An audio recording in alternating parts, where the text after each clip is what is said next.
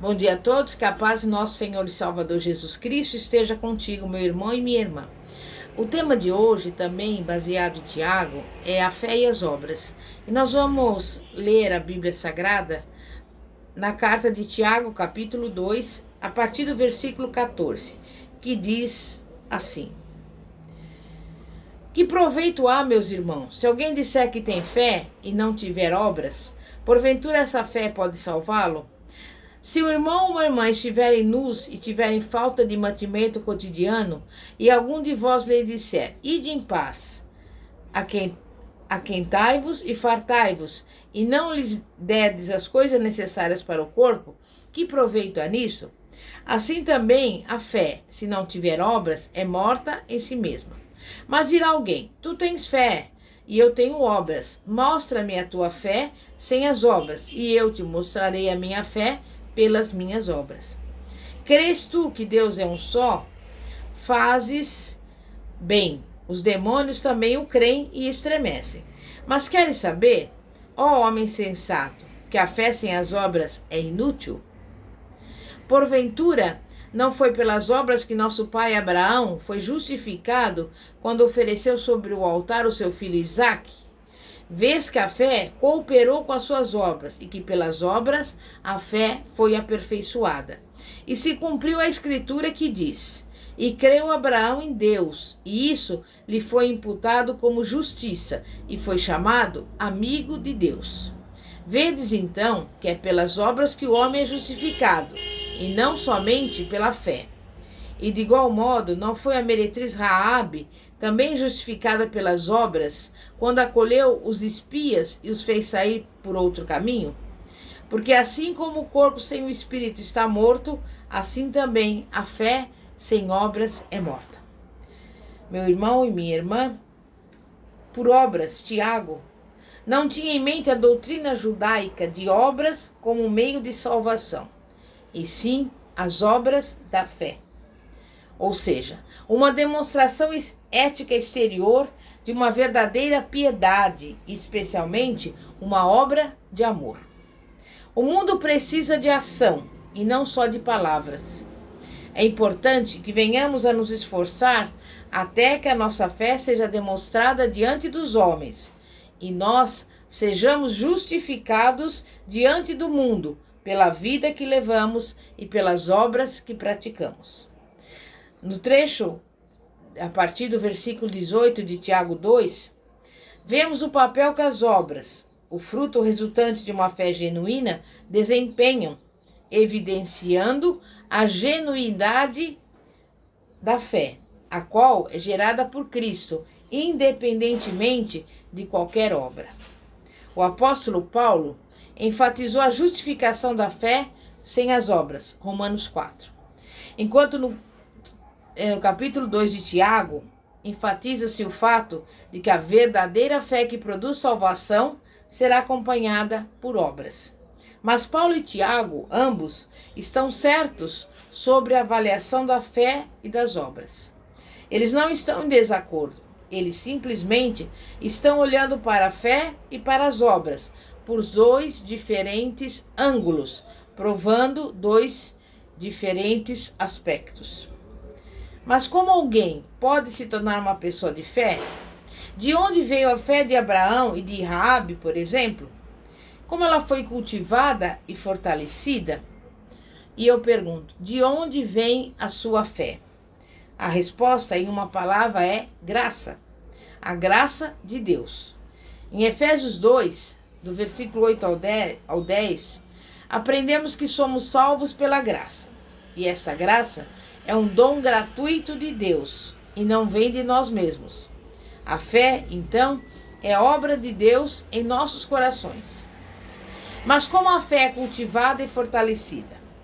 Veja alguns caminhos que garantem o cultivo e o fortalecimento da fé. Primeiro, lendo a palavra. Quando lemos a Bíblia, estamos nos permitindo caminhar lado a lado com os gigantes da fé. Nós podemos ver de perto as tribulações, as provações, as tentações que eles enfrentaram e como eles as enfrentaram com fé. Algumas vezes podemos até mesmo ver como eles falharam. Podemos entrar em suas lutas, ver o que eles fizeram e ouvir o que eles disseram. Podemos também ler o que Deus diz sobre fé, como, por exemplo, em Tiago 2. O segundo caminho é ouvindo o que a palavra diz. Deus deu à sua igreja um tipo de dom, o ofício de mestre, para nos ajudar a crescer na fé. Ouvir a Bíblia sendo ensinada, comentada e explicada abastece a nossa fé. Terceiro lugar, compartilhando a palavra. Em Romanos 10:17 está escrito: de sorte que a fé é pelo ouvir e ouvir pela palavra de Deus. Se nós formos fiéis em compartilhar o Evangelho, as boas novas de Jesus Cristo e a fé que desfrutamos, outros podem responder também à pregação da fé. Nós não somente falamos a palavra e levamos a palavra aos outros, nós também divulgamos a palavra com as nossas obras. Então, além de compartilhar o Evangelho com alguém, pense em alguma coisa que você pode fazer por essa pessoa. Desta forma, você estará pregando uma dupla mensagem sobre a sua fé. E eu espero que você assim haja. E eu quero agora, se você assim permitir, vamos iniciar aqui o capítulo 3 de Tiago, do versículo 1 ao 4, que fala sobre o uso da língua ao ensinar a palavra. Diz assim: meus irmãos, não sejais muitos de vós mestres, sabendo que receberemos um juízo mais severo. Todos tropeçamos em muitas coisas. Se alguém não tropeça em palavra, esse é homem perfeito e capaz de refrear também todo o corpo. Ora, se pomos freios na boca dos cavalos para que nos obedeçam, então conseguimos dirigir todo o seu corpo.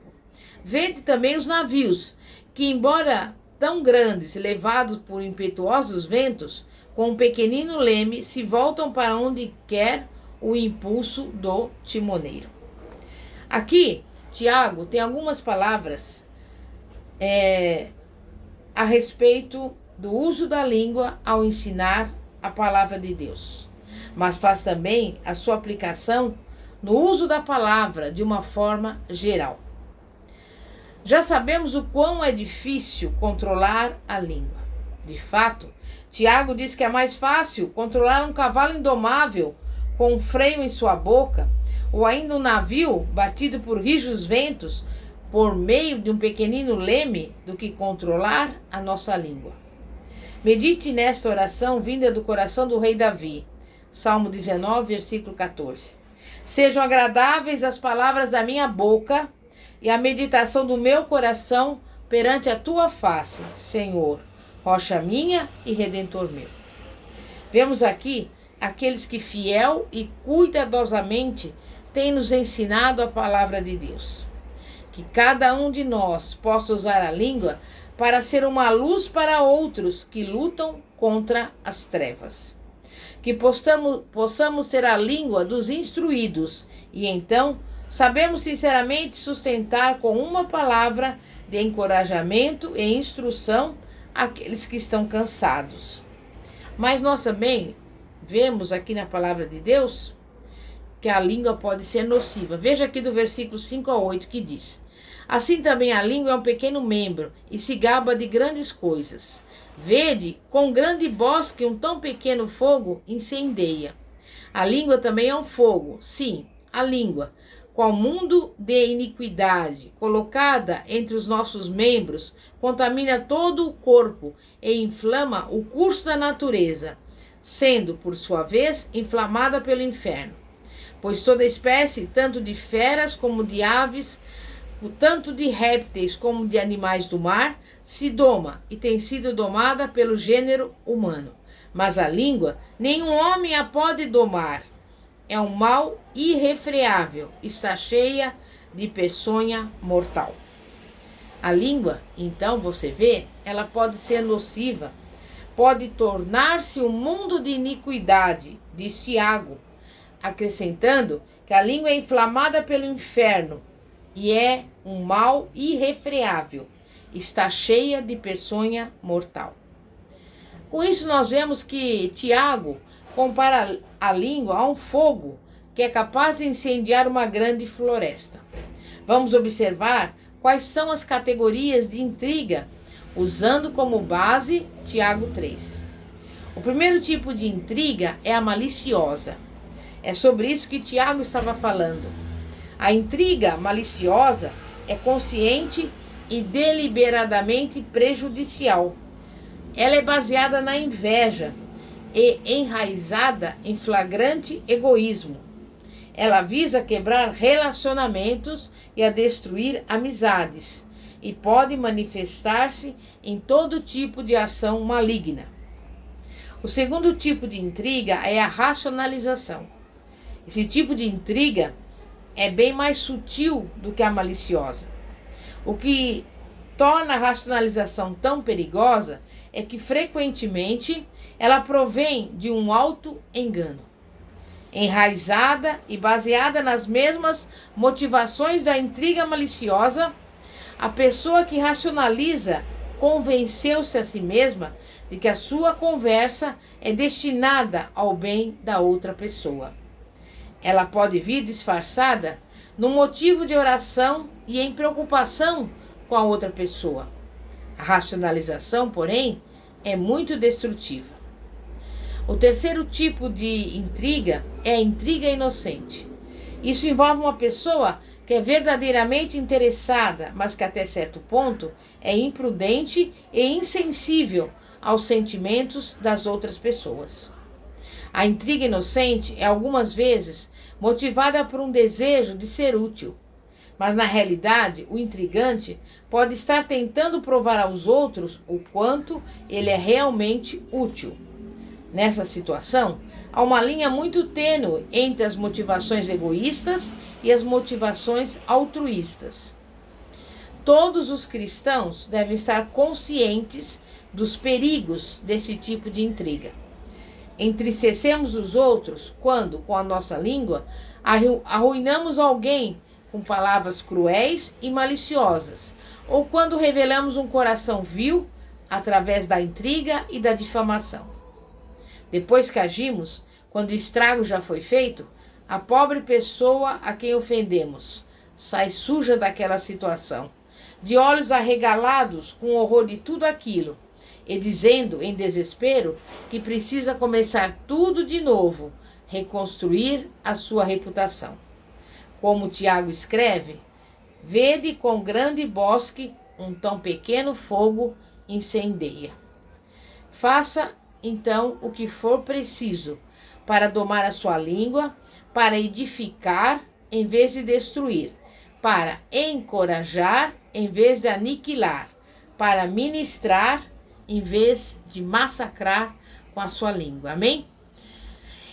Então eu convido você, meu irmão, minha irmã, você que está me ouvindo aí, que quer entregar sua vida ao Senhor Jesus, você fazer uma oração.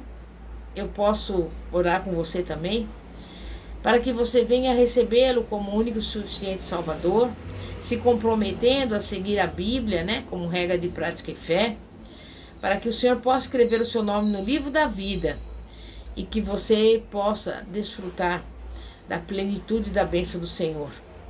E se você um dia aceitou o Senhor Jesus e saiu por outros caminhos e quer retornar, o Senhor Jesus está de braços abertos para te receber de volta, como aconteceu com o filho pródigo.